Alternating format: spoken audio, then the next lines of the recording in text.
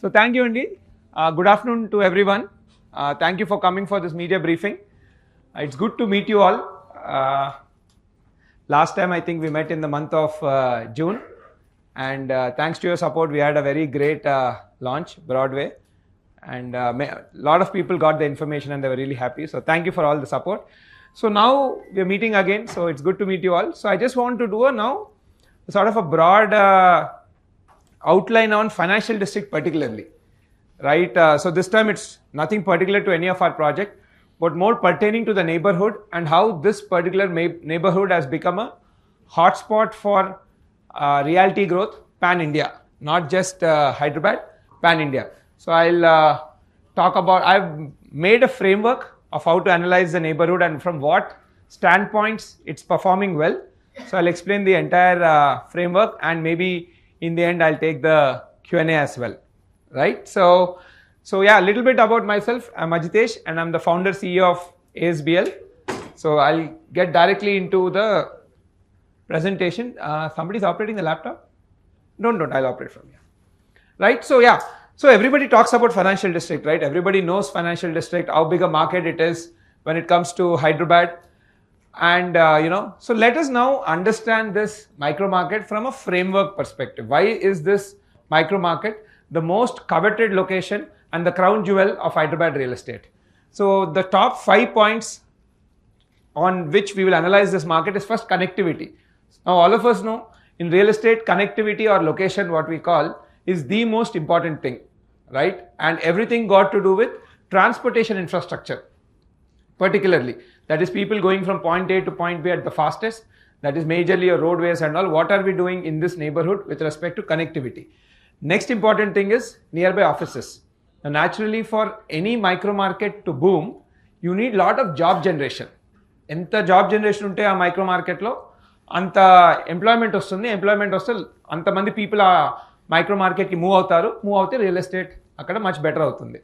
Next is social infra. Now naturally social infra is something which generally doesn't get spoken about as much. But what we are seeing these days is, especially when you have a lot of IT parks and IT zoning, social infra, without social infra, IT ecosystem is not thriving very well. Because naturally people who are working in these IT offices earn more money, they require more services, right? Like schools, especially restaurants, hotels, these all become very, very important, which I've covered in social infra segment. Next, something which we have been seeing historically across various cities world over research and here also is walkability. There is a particular premium in ROI, that is better performance of the investment if the real estate there is more walkable. Matlab, people who are staying there can walk to their work. In that case, there's more premium which that particular real estate commands. Then I've made a broad analysis on the rental analysis. Now if you look at in real estate, people invest for buying at early price and then exiting at higher price for capital appreciation. But a lot of real estate investment happens even for rental investment.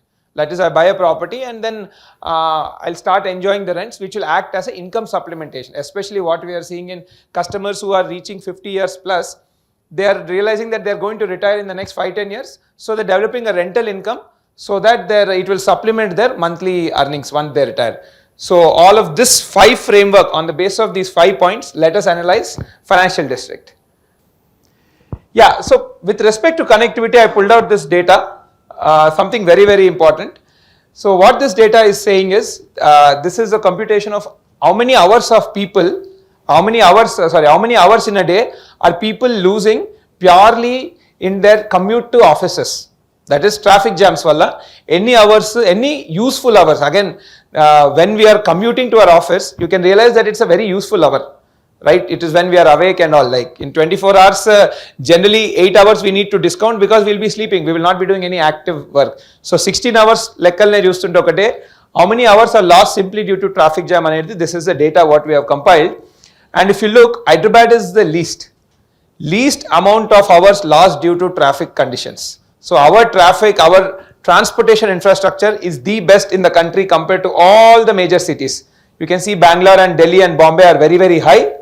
And then Kolkata and Chennai is sort of mid, and Hyderabad is 85. Bangalore is 129. Matlab somebody staying in Bangalore will lose 50 working hours more per annum when compared to Hyderabad. So Hyderabad is the most, I would say, efficient from a urban mobility and a traffic standpoint.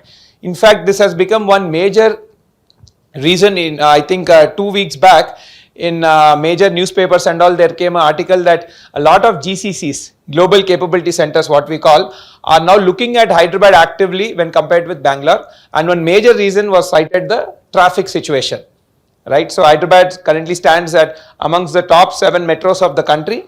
It is a city which the most efficient traffic management or urban infrastructure. So something which is growing, pushing the connectivity of this area. Now next, particular, the government also has recently announced that they are planning to expand the metro next phase from KPHB to financial district. Again, financial district is one neighborhood with enormous amount of job generation going on.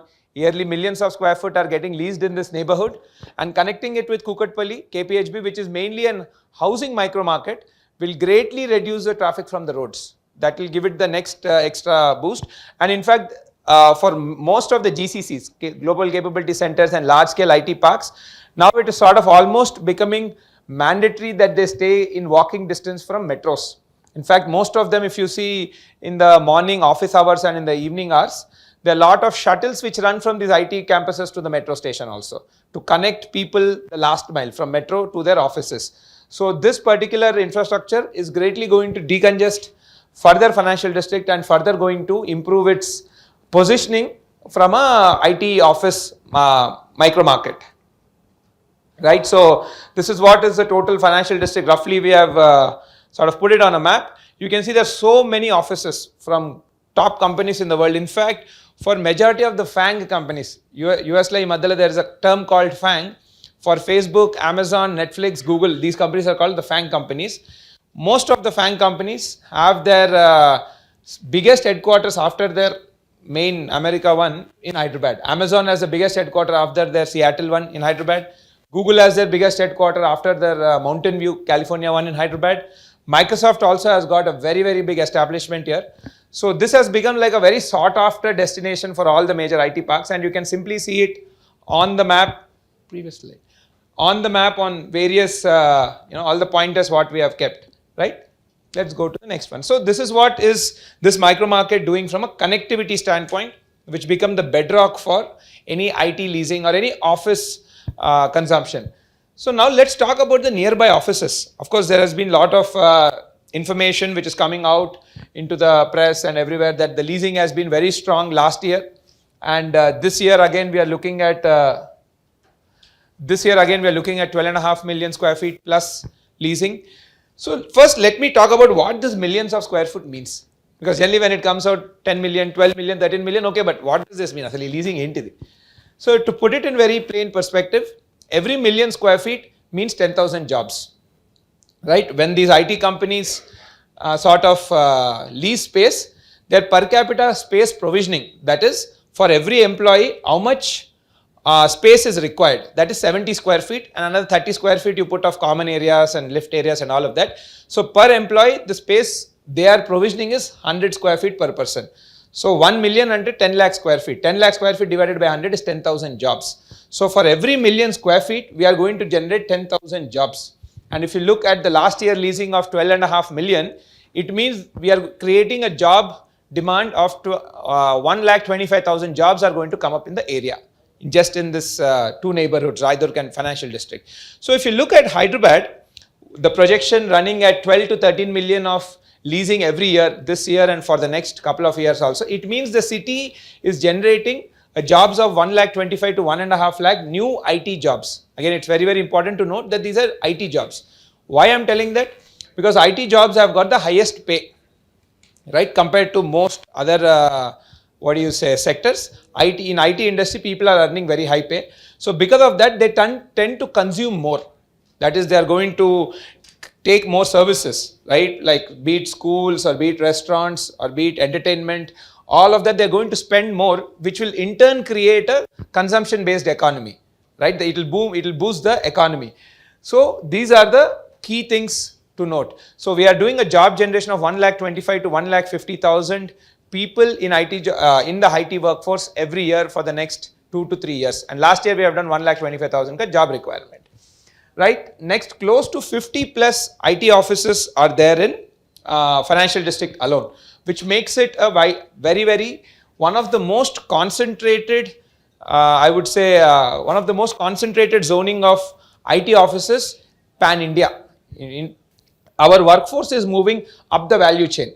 If you look at 10 years or 15 years before, when this entire IT boom started, right, that time we were doing mainly the outsourcing BPO type of works, that is call center handling, taxation filing for American companies and their clients. Now we have moved to more upstream value, that is tech development.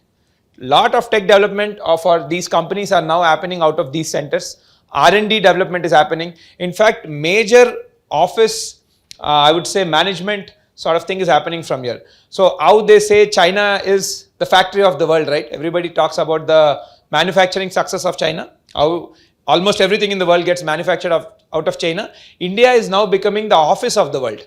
All the major corporates across different geographies, particularly West, that is America and Europe, are setting up their offices and moving majority of their operations to India. In that, Hyderabad and Bangalore, one of the front-running cities. And this is what is happening in global capability centers. Even upstream activity like tech development and R&D development are happening. These are some of the top companies there. So I've broadly pulled out the data of, I would say, some of the well-known companies to give you an understanding of what has happened in recent timelines. I would say in the last 6 months to 1 year. All of us know TCS, one of the top IT recruiter in the country. They have leased 1 million square foot, thereby looking at employing close to 10,000 people in their campus in financial district. Costco, which is, to put it in perspective, America's one of the biggest supermarket company, right? They have opened their global capability center. Now all of us know McDonald's, it's very famous fast food giant.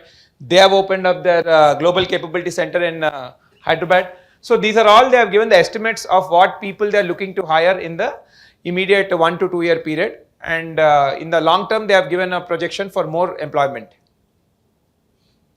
Right? So Google, Microsoft has actually recently leased some square foot. In fact, that rent became one of the top rent in the whole ecosystem, actually not just in Hyderabad. Close to, they signed a rental lease of close to 250 rupees per SFT. Recently, I think it's 1 month back. And Apple has recently leased, they're expanding their R&D center out of Hyderabad. And then Qualcomm, these are all, I think Qualcomm is a chip, on a phone low chips tayar company. Next slide. Right, so this is all the things from a IT office space standpoint, the sort of companies which are coming in also. We are not, it's not like any ordinary companies are coming in. Of course, there are a lot of room. We have small and medium scale IT companies also operating, but mainly these neighborhoods are being taken up by the large scale big tech companies, what we call. And Hyderabad mein, another reason, another way what's happening also is that majority of the IT agglomeration, right, or IT leasing is happening mainly in the west of Hyderabad. Right? If you look broadly the way how our city is sort of generating employment, you have IT on the west of Hyderabad, mainly in two neighborhoods, Raidurg and Financial District, right, which is where your entire 12 to 13 million square foot is getting leased. Then in the north, we are also the pharma capital of India and probably one of the top 5 to 7 pharma clusters in the world, right, which is where your Genome Valley and the north of Hyderabad. So north of Hyderabad is where most of your manufacturing industries are sort of positioning and built up facilities. That is the north. So manufacturing, you can take it like a mid-tech manufacturing. Pharma is like a mid-tech manufacturing.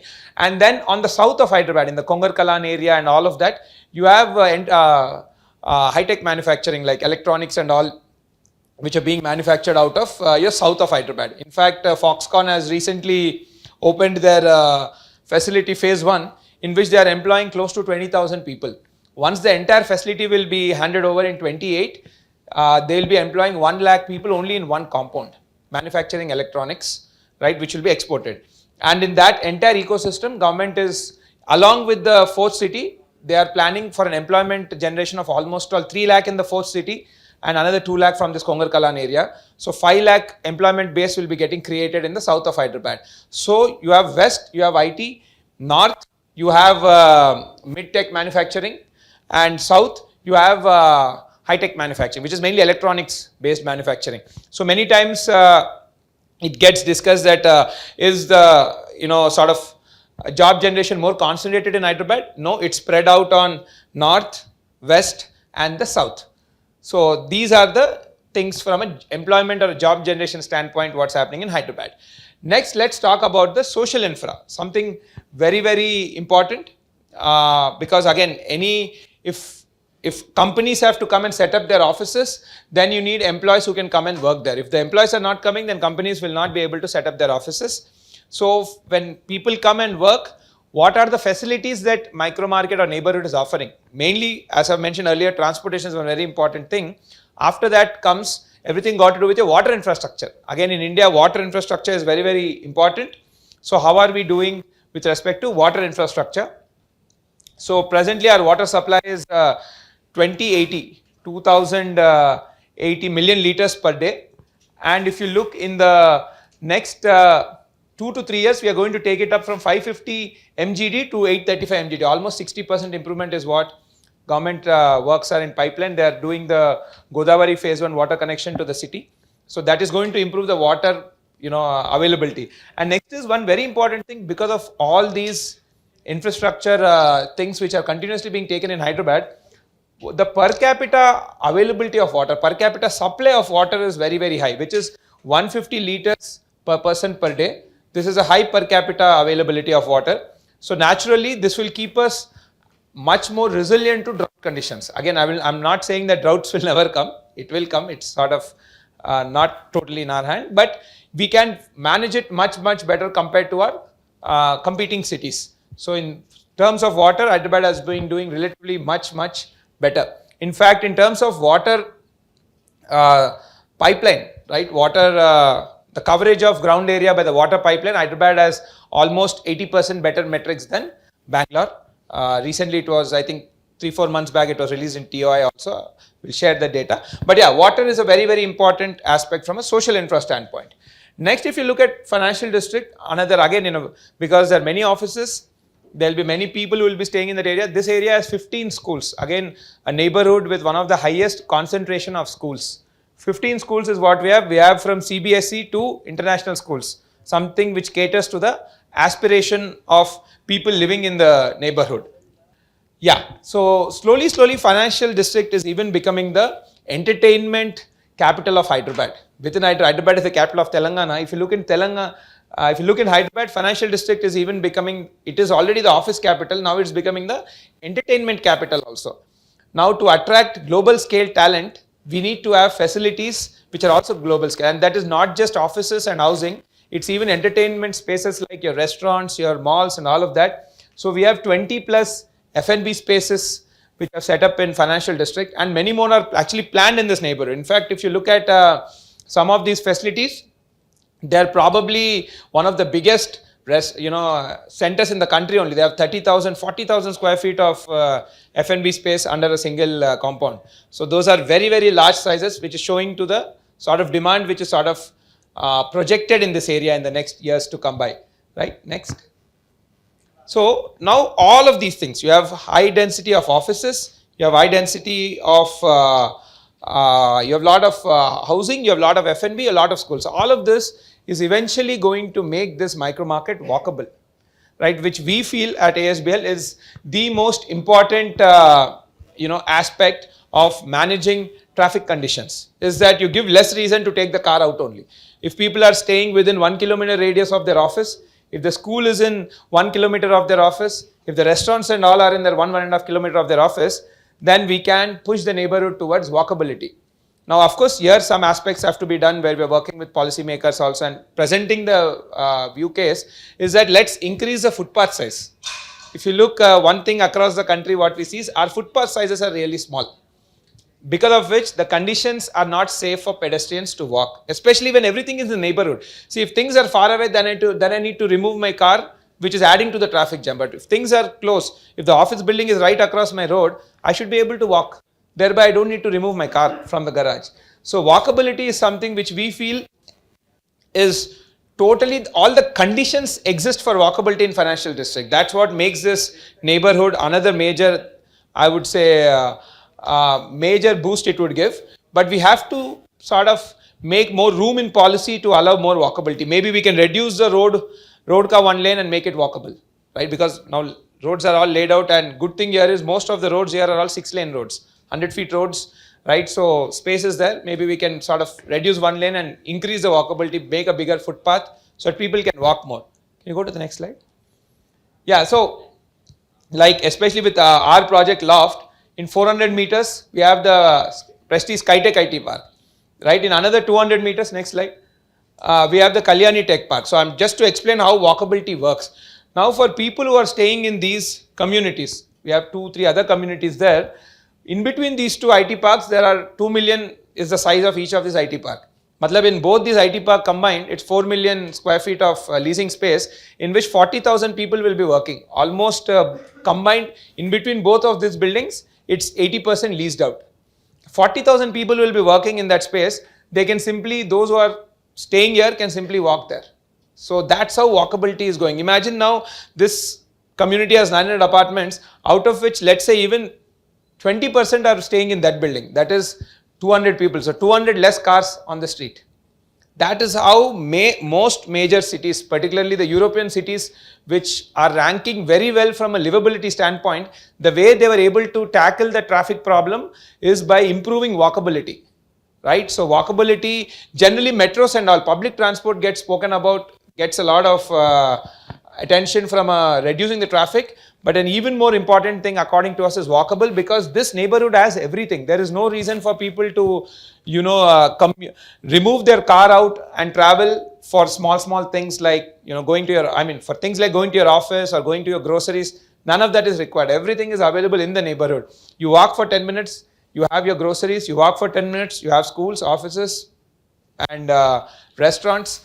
So this way, this micro market can have lesser traffic load onto the road, which is very, very important, and what we think is going to, the next, as you can see, people are losing hours of time on traffic, and this is all productive time. That same time they can spend with their families or in upskilling themselves and getting a promotion. They can use the time however they want. So living in these neighborhoods has that extra comfort which one can achieve in their lives. Next. Yeah, now all these 4 things put together, right? Connectivity, offices, availability of social infra, walkability, all of that, what it has made is, it has made the financial district a sort of a residential hotspot, not just from an end-use perspective, but even from a rental perspective. I'll share some of the data and statistics also what we have pulled out from online portals, right? So people who are investing in these areas from a rental standpoint, on an average, are earning very good rental return of close to 5% rental yield, which is very, very high when it comes to Resi. So we have pulled out this data from Common Floor and all of these listing portals. So that has a lot of wide amount of data. So if you look in all of this, naturally this gives a rental sort of expectation for each of those sizes in each of that micro market. As you can see very clearly here, financial district is dominating this particular aspect of rental returns. And again, when it comes to rental, people are looking at, basically who are the people who are staying for rental is newly married families. Newly married families who have not yet conceived children are the people who are consuming this asset. And who are the people who are investing in rental are people who want to make supplemental income. That is, they are looking to retire in the next 7 to 10 years. So they're planning to develop an alternate income. Those are the people who are investing in this rental assets. And if done well, that is if the sizing and the product, if they choose well, they are looking at earning approximately 50 rupees per SFT of rent in a housing, which is very, very sort of a unheard of thing. But yeah, that's what the data and the stats are pointing out. But again, when somebody wants to earn such high rentals, walkability is becoming very, very, very, very important. Now, you can have projects within the same neighborhood, but if they are on the other side of the ORR, then you can't walk. You have to bring out your car. So, in whichever select few properties, again, there are not many properties like that, very few, the supply for such walkable properties from a rental angle are very, very niche and very less. But yeah, in such properties, if you sort of locate it well, location becomes ever more important, that specific location. Matlab, you might earn 1 lakh rent, But if you're doing it on a 2500 square foot, your rent per SFT comes down. Earning 85,000 in a 1700, 1800 square foot, you will earn a much more rent per SFT. So people have to look at yield from a rent per SFT, because that is what will give you an ROI, right? So we have even jotted down a sort of a vis-a-vis comparison between people buying in commercial spaces for rent and buying in residential spaces for rent. So a lot of the time we used to look at older generations, our parents' generation or our brothers' generation, all of them for rental yield, they used to invest in commercial properties. Right now, the problem what's happening with investing at a retail level, at an individual level in commercial properties is, first and foremost what's happening, the entire floor plate is undivided. Let's say there is a 50,000 square feet of office space, right? Somebody is going and purchasing 1,000 square feet. That 1,000 square feet cannot be demarcated. If it's demarcated, then it becomes ever more impossible to put it on lease, because the leasing is done by a centralized agency at a building scale. So while investing in commercial, one big disadvantage is being there is no ownership of your particular space which you are buying. Next thing, when you want to exit, when you want to sell and exit, it's very difficult for an outsider to come and give you an exit, because again, it's a joint ownership property. So it's most of the time what happens is, with sufficient, it takes a long amount of time, but eventually somebody part of that, I would say part of that group only ends up buying. So the transferability is not very convenient. And next, the rental is not in your direct control. Actually, it can't be done, because when you're leasing to offices, it will be offices, it will be an IP, like an intermediary brokerage companies or agency companies which will be doing the leasing. So they will be having the power over the rental. It will not be the individual, at an individual scale, you will not be having any control over what is the rent you get to choose from. Whereas in residential, again, this is only in few select pockets where there's good employment generation and there's walkability. There, naturally, residential leasing is in your direct control. It's your flat. You get to decide how much rent you want to give it to and to whom you want to give it to. You get to decide that. Next, the property is demarcated. In this case, it's your flat. You have the ownership of your flat clearly established. So it's a demarcated property. Hence, exiting or selling it is a lot easier. You have to just sell your flat compared to commercial sort of situation there. And another thing also what's happening in commercial buildings is, especially in properties where you have multiple owners, right? Those buildings are not the first priority for all large IT companies, because what's happening is they don't want to deal with multiple tenants, especially when there is a capex problem. What is the capex problem? Let's say today a large company has signed a rent with one of the floor which has like 50 owners, let's assume, and there was one sort of agent who did this deal. Let's say that happened. Now after 4 years, the company is requesting to do some capex. Let us make the lobby better, or the lift got spoiled, so put a new lift. What is happening in that time? The owners, which is these 50 people, has to invest money to upgrade the lift, right? What we call capex. It could be to upgrade the lift, or maybe make the lobby better, or make some improvisations, renovations to the building. In that cases, it's becoming a very big challenge sourcing money from these people. So hence, large corporates have lost appetite to lease from multi-ownership properties. They want to deal with properties which have one or two owners, not more than that. So that is being seen as a major preference. That's why you see buildings which have single ownership, one or two ownership, are performing at not only 50, they are performing at a much higher rental than buildings which have lot of owners, and they're even getting leased. And in fact, there's hardly any supply of those buildings actually. So these are all some of the tilt in market conditions which has happened when investing between residential and commercial. So this is how from a rental standpoint that location is doing. So yeah, so that's it from my side. So I wanted to talk about financial district from a framework standpoint, mainly the connectivity, the nearby employment generation, that is the offices which have been coming up, then the pura social infra situation, particularly schools and F&B centers, and then sort of this entire thing around rental comparison, how rents are behaving in the neighborhood. So a little bit about us. We are ASBL, so we build housing. So we are into apartment building. Currently this is our project Loft, which is in this vicinity, and it's almost 60% done. So we'll be handing over it in December 2026, right? So that's it from my side. Anything else we have? Done? Okay, so yeah, can we take Q&As? So loft వచ్చేసండి it's 894 apartments. The sizes are 1700 square foot 3 BHK apartments and 1900 square feet 3 BHK apartments. Right, almost work is 60% done. There are 2 towers. Both the towers are approximately 30 floors done. It's 45 floors totally. So December 2026 we will be handing over this project.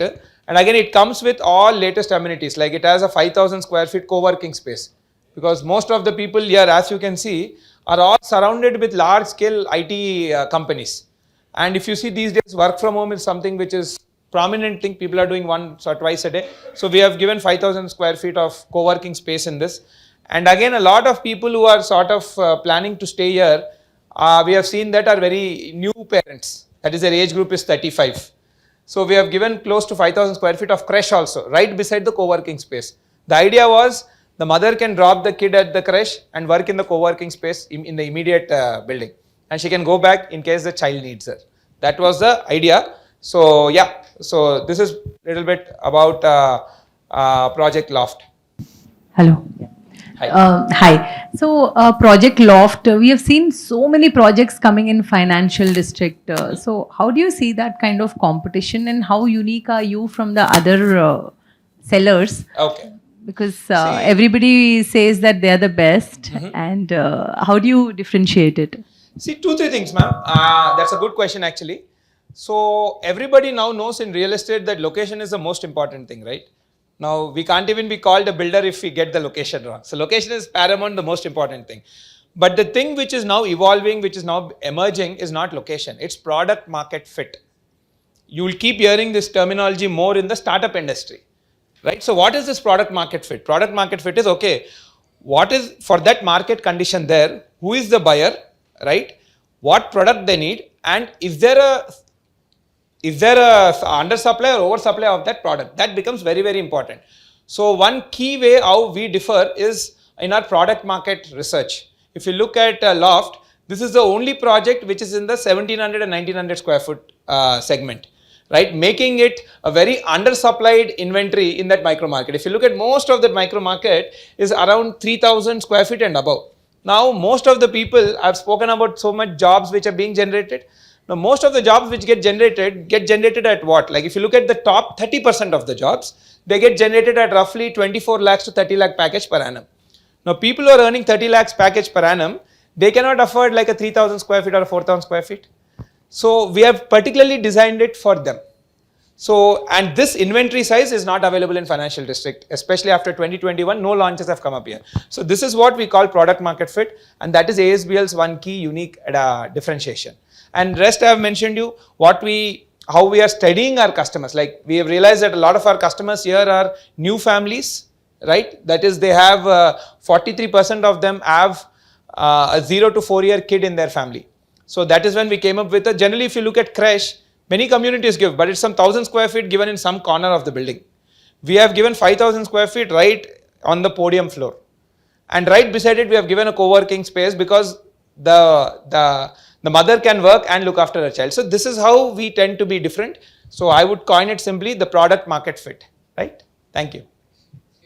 Yes, sir. You mentioned about the manner loss From a traffic standpoint, yes. What is it actually? You mentioned 129 for Bangalore and 85 for... Yeah, so it's basically that metric, sir, is a number of hours people are losing because getting stuck in traffic jams, particularly in cars. That is per month or Per annum. Per annum 129 hours. 129 is Bangalore, Hyderabad is 85, the least in all the metros. Right? How much you are charging for SFT? Per SFT here, sir, we are charging around 11,000 rupees, sir. Loft, 11,000 rupees per SFT. So roughly your 3 BHK is going to cost you around 1.85 crores. Yes, sir. Again, sub 2 lakhs, sub 2 crores, which is where majority of the employment is going to come around. So we are planning our inventory purely studying the employment generation which is going to happen in the neighborhood. Yes, sir. 22nd నుంచి GST rates తగ్గబోతున్నాయి కదా. అవును sir. Prices ఏమన్నా real ఎస్టేట్లో తగ్గబోతున్నాయా? Sir, definitely. See, this has to be studied little bit more carefully. there will be some change in prices. Again, if you look something like steel, see major cost item in real estate is steel. Steel GST has remained the same 18%. Cement is one major thing which from 28% has come to 18%. Right, so we are also studying how much impact it is going to have, because some materials have been moved from 5 to 18% also. Holistically ga chuste. However, we do see that oka 2 to 2.5% net GST expenditure taggutundi, right? Which we will have to see how to sort of give it back to the customers in future projects. Existing project lo emaipothundi, let's say you already purchased in the past. I sold at higher price. Next person I can't sell at lower price. You will get angry. Your property price will come down. Existing projects lo, I don't think there will be any sort of a thing. And existing projects like this are 60% built kuda. So cost is also already borne, right? But projects which are newly going to be launched, we will be seeing what sort of cost benefit the builder is getting. Whether we will change it in the price or upgrade the product. Product ni kuda upgrade cheyochu. Generally, what we'll do is we'll upgrade the product, because we can't reduce the price in any particular area. It doesn't work that way. I mean, property price taggudda area which will sort of erode consumer sentiment. So we will upgrade the product in future projects to come by. That is how we are looking at ASBL. But nevertheless, we'll have to study it much more. But yeah, in newer projects, one can see some benefits of this. Sir, how many floors is it? It is 45 floors, sir. G plus 45. Yes, G plus 45. The real estate sector as such has not come out of the woods yet. Sorry? So the Come real out of the estate- woods yet? Yeah. Huh. So how sustainable and profitable are all these projects going to be? We see new projects coming up. The old ones are also still going on. So how sustainable or profitable are these for you? See, like for that, let's understand the market cyclicality and market demand cycles. So Hyderabad on an average is absorbing close to 50,000 units a year in the organized sector. Right? That's our consumption. Now, last year we have seen a lot of demand correction, right? So roughly I think we are generating at 65 to 70,000 apartments are what are coming up for new approvals and all. So again, these are coming across the city. At an aggregate level, there is a supply demand mismatch. But if you look at a very particular instance, that is in a particular neighborhood, a particular product category, there is a huge undersupply of certain inventory. Like for example, you look at financial district. Now you've seen the data, the number of jobs which are coming. Now naturally, most of the jobs which will come in the range of people earning somewhere around 1 to 2 lakhs. Those who are 5+ years experience. For more like freshers, they get jobs somewhere in the range of 50,000 to 75,000. Right? If somebody is 5+ years experience, they get like 1 to 2 lakhs, and 10 years experience later, roughly they are earning around 3 to 4 lakhs a month in these areas. Now, if you look at the number of jobs which are getting generated at each of the income bracket, and you see the sizing of the apartments, that is how you need to do your planning. So for 1700 and 1900 square foot, like that is purely for the first time home buyer and somebody in their 30s, right? There is no supply of inventory in financial district. So at a market aggregate level, you have an excess supply and demand supply mismatch. But in a particular micro market, particular inventory category, which is what you're selling, you have to, if you design and plan well, that is if you get the product market fit well, you will be designing a excess demand product. So that's how we see it. So I think real estate, again, a lot of real estate in the past has been around location. Now location is mandatory. You can't go wrong with your location. That is, we can't be called a builder if you get a wrong location. But now it is product market fit. Where is the economy generating jobs? What is the supply for that? And which particular category ke liye the supply is more, the supply is less. If you plan it well, then there is always a lot of opportunities which one can go after. And that's how we see it as ASBL.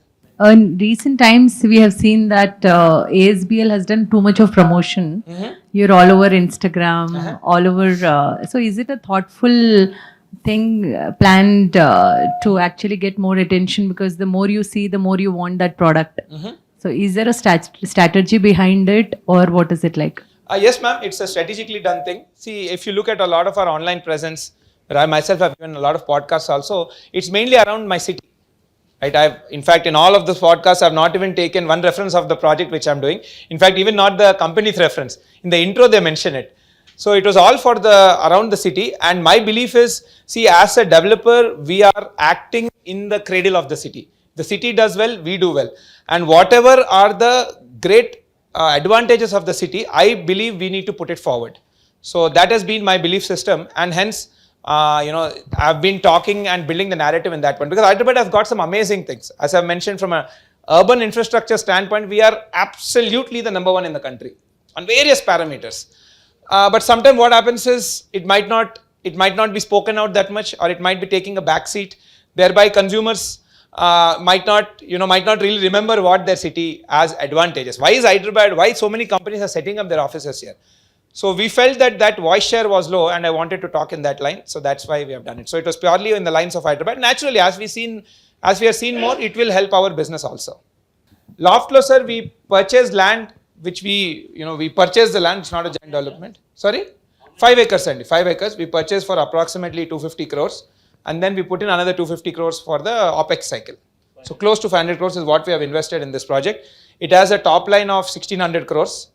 And we have almost done in the last 2 years and then the project launch JC. We have done 1,000 crores of sales already completed in this project. So another 600 crores of top line to achieve. Hello, sir.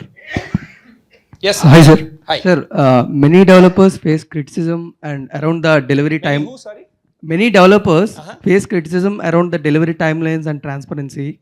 So how does the ASBL ensure the trust and credibility within the customers regarding the delivery timelines? Good question, Andy. So we have been the first builder from Hyderabad who on a monthly basis started putting every project construction video on YouTube.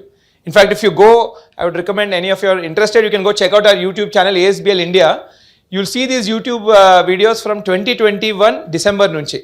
So it's not like 1 month that we have done. Every month from 2021 December of every of our project, we have put monthly construction video. Because see, a lot of our customers are NRIs also. Good number of people who purchase with us are NRIs. Particularly problem మా NRI కస్టమర్కి ఉంటుంది. Sir నేను 2 కోట్లు పెట్టి flat కొంటున్నాను, మీరు టైంకి ఇస్తారా ఇవ్వకపోతే ఎట్లా? అండ్ ఇట్స్ నాట్ లైక్ ఇప్పుడు 3 years 4 years హ్యాండ్ ఓవర్ అంటే ఫైనల్లీ 4th year వచ్చి కాలేదు అంటే మేము మళ్ళీ పర్సన్ అవుతాం కదా. Day 1 నుంచే నాకేమైనా తెలుస్తుంది అని. సో అట్లకెళ్ళి మాకు వచ్చిన ఐడియా. సో 2021 December నుంచి all the projects which we have done, every month we take a 2-minute 3-minute video with a drone and put it out there. So that is the best medium to sort of bridge the trust gap. And next, from a construction delivery standpoint, I think in this day and age it's very very important we do financial closure. Chala salu generally if you look at real estate projects, etla avutadante when we get in when a builder gets a site, then as sales happen, they rely on sales purely to build. We don't do that. In fact, not only us, now a good number of organized builders are also relying on that. Now the industry is maturing. One big thing of maturing is what? Okay, is that okay? We are doing financial closure. Okay, how much amount of money I need to have my equity? How much amount of debt I need to have? So that irrespective of sales, at least on a 4 years project, 75% of the timeline I should be able to finance it out. So that is what we call financial closure. So all our projects are financially closed by major institutionally in the banks. I mean, institutional financial lenders is what we work with, like Motilal Oswal, Bajaj Housing Finance, right, Kotak.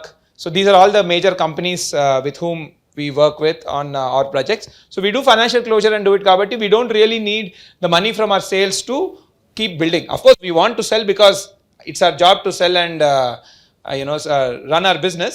But even if we sell or we don't sell, we keep building. That's what it is. So all our projects have been given off on time, right? Yeah. How many projects you have completed so far in Hyderabad? So far we have delivered around 2 million square feet. Totally as a group we are handling 10 million square feet.